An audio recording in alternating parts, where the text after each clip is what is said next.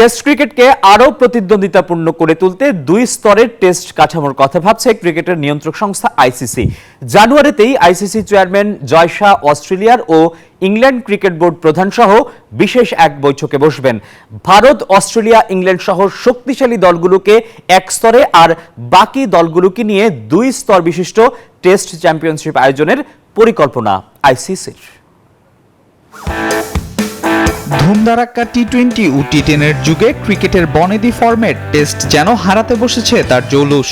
ক্রিকেটকে বাণিজ্যিকীকরণের যুগে টেস্ট ক্রিকেটকে পুনরুজ্জীবিত করতে টেস্ট চ্যাম্পিয়নশিপের মতো টুর্নামেন্টের চালু করেছে আইসিসি। টেস্ট র্যাঙ্কিংয়ের শীর্ষ 9 দল সেখানে অংশগ্রহণ করে।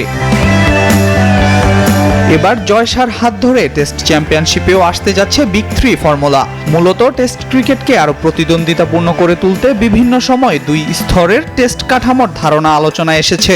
সে লক্ষ্যে চলতি সপ্তাহে অস্ট্রেলিয়া ও ইংল্যান্ড ক্রিকেট বোর্ড প্রধান সহ বিশেষ এক বৈঠকে বসবেন আইসিসি চেয়ারম্যান জয় শাহ।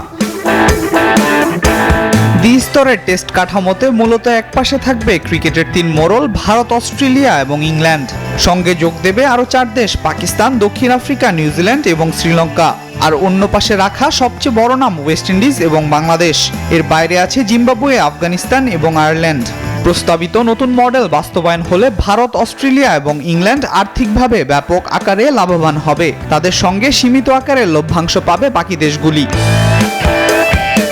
অন্যদিকে দ্বিতীয় স্তরে থাকা বাংলাদেশ, জিম্বাবুয়ের মতো দেশ বড় দলগুলোর সাথে খেলার সুযোগের পাশাপাশি আর্থিকভাবে বেশ ক্ষতিগ্রস্ত হবে। এই যেমন টাইগাররা 2010 সালের পর ইংল্যান্ড ও অস্ট্রেলিয়ার মাটিতে প্রায় 20 বছর টেস্ট খেলে না।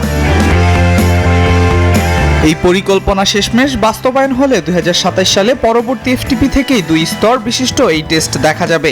এর আগে 2016 সালেও টেস্ট চ্যাম্পিয়নশিপ শুরুর আগে র্যাঙ্কিংয়ের শেষের দিকে থাকা 5 দলকে দ্বিতীয় স্তরে রেখে বিভাজনের গুঞ্জন উঠেছিল,